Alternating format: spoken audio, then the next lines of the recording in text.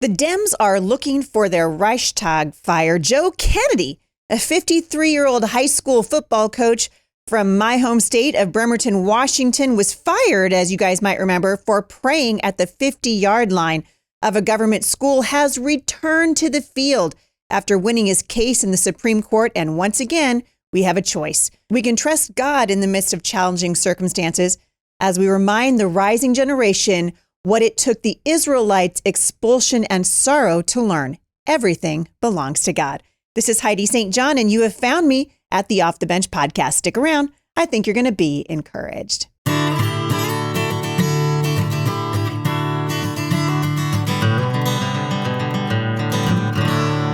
Well, wow, you guys, what a time to be alive. You know, I keep saying this here at the show, and I mean it every single time I come on. I mean it more and more and more. Are you guys following what's happening with the Department of Justice? I'm going to link back to a couple of articles for you in the show notes today, but I find it fascinating that the Department of Justice under Joe Biden, who is easily, I think, the most corrupt president that we've ever had in our lifetime, is down here absolutely wreaking havoc in our judicial system by abusing the authority of the federal government. So you guys might remember this story, but they're trying to bury it a little bit. One thing I really like about following the Daily Wire is they tend to follow up on these kinds of stories. And on August 8th, they investigated what was happening in Virginia at school board meetings as the Biden administration has cited, quote, community tensions as an excuse to mediate school districts' adoption of Governor Youngkin's trans policies. So here now comes the Department of Justice going, oh man, we got a problem. There's a problem. Don't worry, guys. We're here to help. We need to come in and just start regulating these guys and start mediating where they're actually not wanted at all. The Biden administration's Department of Justice, and we saw this with school board meetings as parents who wanted to understand what was happening at their local public schools were deemed domestic terrorists by the Biden administration. Now they're moving to insert themselves into the Virginia fight over Republican Governor Glenn Youngkin's proposed transgender policies, writing to local school board members to offer the federal government's, quote, services in conflict resolution ahead of the vote over whether or not to adopt the proposals. Now, this is happening because tensions are absolutely growing in Roanoke, Virginia, as they are in Seattle, Washington, and Portland, Oregon, all across the United States, as parents are rightfully being concerned, and they're starting to show up to these school board meetings to say, hey, what the heck is going on? Why are you guys teaching transgenderism to our children? Why is there rapid onset gender dysphoria? Why are you injecting LGBTQ ideology into kindergarten reading lessons? Why are you doing that? And so the Biden administration's trying to get in there and say, whoa, we see things are escalating. We want to help you. And just the other day, and I think this is super great, the headline is reading now that the Virginia board has rejected their bid to mediate its deliberations on their trans policy. Now, keep in mind, the DOJ has attempted to intervene only after two activist leftists were arrested protesting a school board meeting. And so what the left is actively doing now is they're sending what can only be called domestic terrorists to these organizations, to these school board meetings and places like that. And what do? They scream trans lives matter over the other speakers. They don't want anybody else's voice to be heard. And so the Biden administration is going, hey, we got a problem here, and we can see that you guys need our help. We can see this is out of control. So we're going to come in and just regulate it for you. And the citizens of Virginia deserve better than this. It is my observation as I'm watching what's happening in our country right now that the left, which is growing increasingly intolerant, I find it absolutely amusing that the left would say, oh, we're interested in tolerance. Guys, they're not interested in tolerance. They're interested in absolute 100% total capitulation. And I don't know if you guys remember this, but the Nazis rose to power in Germany during the 1920s, and they also took advantage of their circumstances. They used propaganda. They used Hitler's relationship with particular leaders inside of his organization to appeal to different groups and increase their popularity. And I want you to pay close attention to what the Democrats are doing right now as it relates to history, because on February 27th of 1933, the Reichstag building, which was home to the German parliament, was burned down. Now, the communists were blamed for the fire. Why? Because a Dutch communist was found in the building as it burned. And then what did Hitler do? He used the fire to the Nazi party's advantage in several ways. The first way he did it was by expelling the communists from parliament and imprisoning many communist leaders. And of course, this stopped them from campaigning prior to the March elections. Watch what's happening in our government right now, right? We just heard that Trump's trial is being set for Super Tuesday right ahead of the elections. We're hearing now the propaganda coming out of the mainstream media and the legacy media and all these criminals that have been given microphones in this country. And so what they're saying now is, hey, we're thinking about locking you guys down again. They're using the power of fear and of people who are disruptors to come in and say, oh, hey, looks like you need our help. The other thing that Hitler did was announce that the country was in danger from the communists during the election campaign. And this encouraged many people to vote for the Nazis who were seen as anti-communist. I promise you guys, this is straight out of the playbook of the Democrats. We're seeing it again. Hindenburg ultimately declared a state of emergency using Article 48 of the Weimar Constitution. And then this resulted in newspapers being censored and personal letters and phone calls being checked. This was seen as the start of the end of democracy in Germany. And as I survey the territory and I see what's happening in our country right now, particularly as I'm watching what's going on right here in Virginia, as the school boards are basically having to say to the Biden administration, no, dude, sit down. We got this.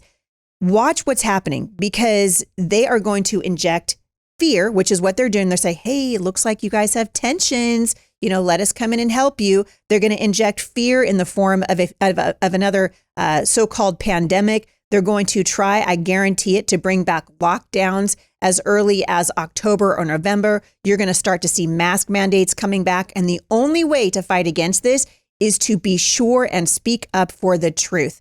Because what happened in Nazi Germany is really something we should be learning from. Both of the actions that Hitler took helped the Nazis to win more seats in their election on March 5th of 1933 and increased their share of the vote from 33% to 43%. And this gave them and their allies, the German National People's Party, a majority of 52%. The Reichstag fire was so beneficial to the Nazis that it has been suggested that they started it themselves. I think it's really fascinating to look into history because, they say, if we don't understand history, if we don't study history, we're destined to repeat it. And it wouldn't surprise me at all at this point in our nation's history if we start repeating things that have happened in other countries around the world. I found an interesting article at bbc.co.uk, and I'll link back to it in the show notes today. But as I'm looking at this, I'm thinking so much of what we see happen in the United States right now, and so much of what we see going on around the world, we really can trace it to things that we've already seen before. And so we need discernment. We need to know absolutely that we're praying for open hearts and open minds, and that we are speaking up for truth, that we reject this idea of subjective truth and we realize and begin to speak in defense of truth, because the only answer to a bold lie is bold truth. Listen, everybody knows. So all this fight over trans rights, whatever, Dylan Mulvaney and all these weirdos that are causing Bud Light to be absolutely irrelevant in the beer market. Everybody knows that there's no such thing as a man who can become a woman. Everybody knows this. And yet we have been silenced. We've been told that we're not allowed to tell the truth. And if we do, we're going to be called domestic terrorists and everything else under the sun. And you guys, we got to do better than this. We've got to do better than this. I've got a great story for you out of Washington State. A former Marine, Joe Kennedy, has fought his way all the way to the Supreme Court, where he won his case in the month of June, 6-3, which, honestly, that should worry you a little bit. One wrong move on the Supreme Court, and I think our freedoms are going to be in huge trouble. But I think this is a fantastic story. Coach Kennedy, who was fired for praying at the 50-yard line, is going to be going back to work. And I, for one, am excited to see it. I read this article in the New York Post. I'll link back to it for you in the show notes today. But this has been going on for a long time now, 8 years. 8 years ago, they said you can't pray on a public space. You can't pray anywhere on the field. And he knew that this was wrong. Anybody ever heard of the First Amendment? Well, Joe Kennedy absolutely did. And when they fired him, they messed with the wrong Marine. And he's quoted as saying, and I love this. He said, clearly they didn't want me to pray, and it made me bristle. As a Marine, I fought for our freedoms, including the First Amendment. I fought for us to have that right. And he took him all the way to the Supreme Court, and he won. And I think, man, what an incredible deal. You're going to hear more about this in the days to come because he's back on the job, but his first game is coming up. I want to say it might even be this Friday. So check it out. I'm excited for this guy, excited for freedom. I'm excited for his students to actually see somebody fight for what's right and win. And this is a pretty exciting thing. So I'll link back to a couple of articles about this in the show notes today. But I'd encourage you, pray for what's happening here in Washington State and pray for this coach and pray for his students. I want you to hear a little bit about what Coach Kennedy said. Take a listen. Back on the field for the first time Wednesday in 8 years. I wish I could say that it was easy. Looking back, it's been a long road and many heartbreaking years. But, it's great that it's finally worked out. But it's been tough. Everybody that's been supporting me and praying for me across the United States, that was millions of people. That's what kept me going and kept me in this fight. So even though there are a lot of things happening in the culture right now that seem frustrated, I know a lot of you are maybe even scared. We hear, headlines all the time, people telling us about lockdowns and all the things. And, we see clearly what the Biden administration is trying to do with the unlawful prosecution of Donald Trump. We absolutely, every American that's not like drinking the liberal Kool-Aid knows this is a totally politically motivated witch hunt.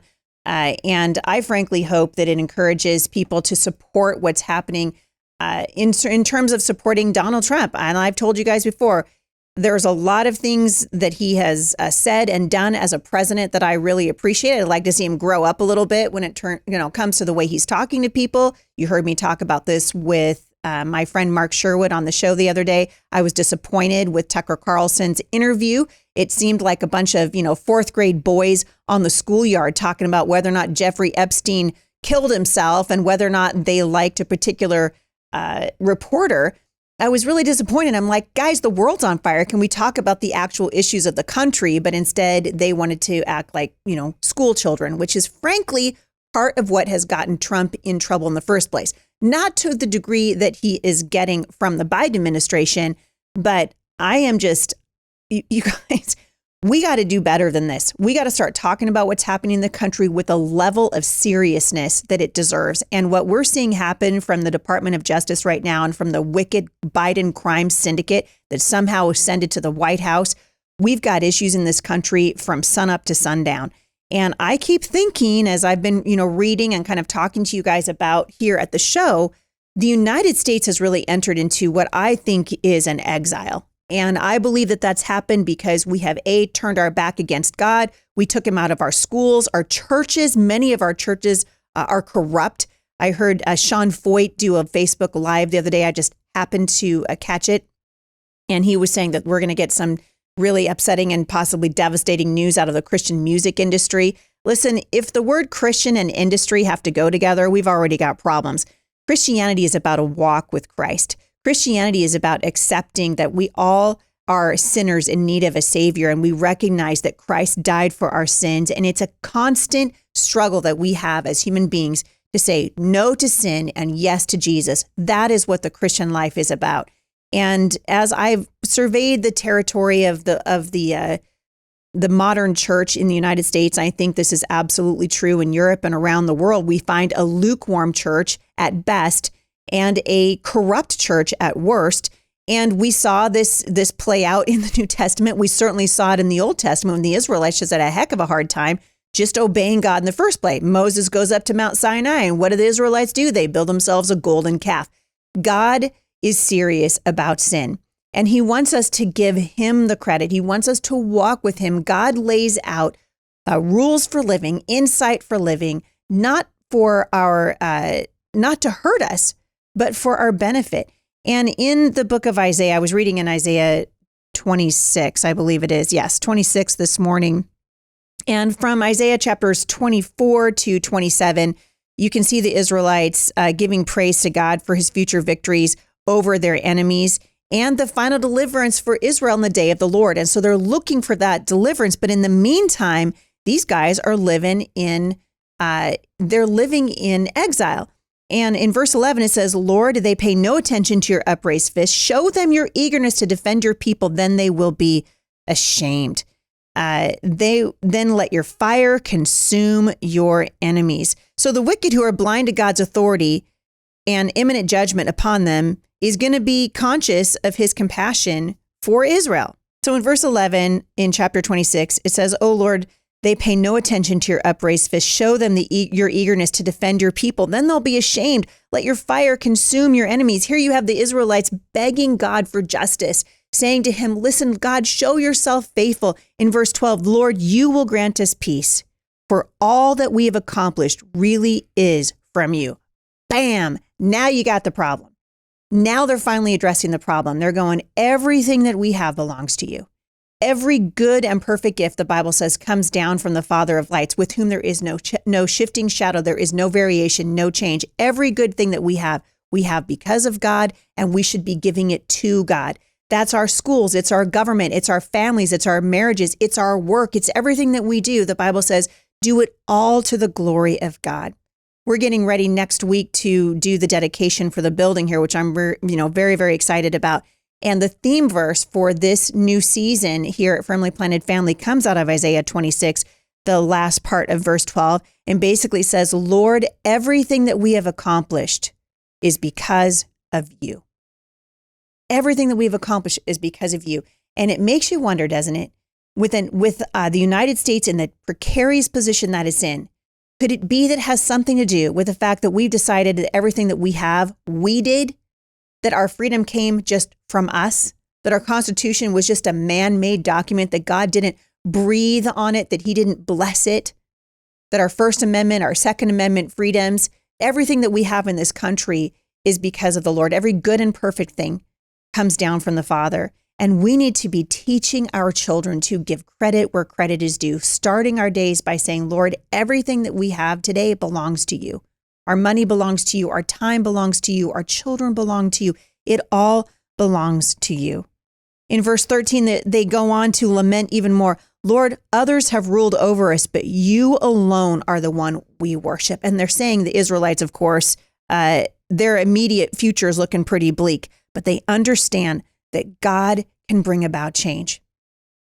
They're living in extremely frustrating circumstances, but their eyes again are pointing back to the Lord. They're saying, Lord, everything that we've accomplished is really from you. The beginning of verse 12, Lord, you will grant us peace. You will grant us peace. They're recognizing it's not going to come from a human being. Our confidence is placed in you. And we know that when we put confidence in the Lord, our nation will prosper again. That's why it's so important, you guys, that we ask the Lord, Lord, raise up good and godly men and women to be leaders in this country, good and godly men and women to take positions of leadership in our schools, godly men to, again, lead in our churches from the pulpits. Verse 13, Lord, others have ruled over us. Israel's history, by the way, full of seasons, entire generations where they had been dominated by foreign influence. And should that happen here in the United States, we can learn a lesson from the Israelites again. And that's to turn our eyes heavenward. I talked to the young mom last week who was saying that she didn't know if she and her husband would want to have children, but the Bible tells us exactly how we should respond in the midst of an exile, that we should have children, that we should plant vineyards, that we should pray for the peace and the prosperity of the place in which God has put us, because if it prospers, we prosper. So no matter what happens in the Biden crime syndicate, no matter what happens with the panic porn that they're pushing out now into the mainstream media, you guys keep your eyes on Jesus, the author and the finisher of your faith. The Bible teaches us that we are not to fear, but we are to trust in the Lord, because he is the only one who's worthy of that trust. And it is God who will ultimately bring healing and hope to this nation. So I'm excited about what's happening in Bremerton, Washington, My prayers are with Coach Kennedy as he again is getting ready to take the field at Friday Night Lights. And it's something you guys can be praising the Lord for. So pray for him. Continue to pray for our country. Pray for wisdom, for discernment, and for righteousness in our government.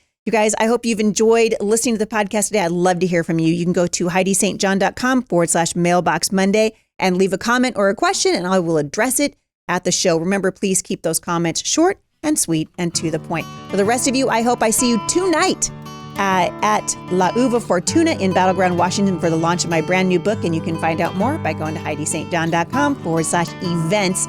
And that event starts tonight at 6:30. Have a great day, everybody. And I'll see you back here again at the intersection of faith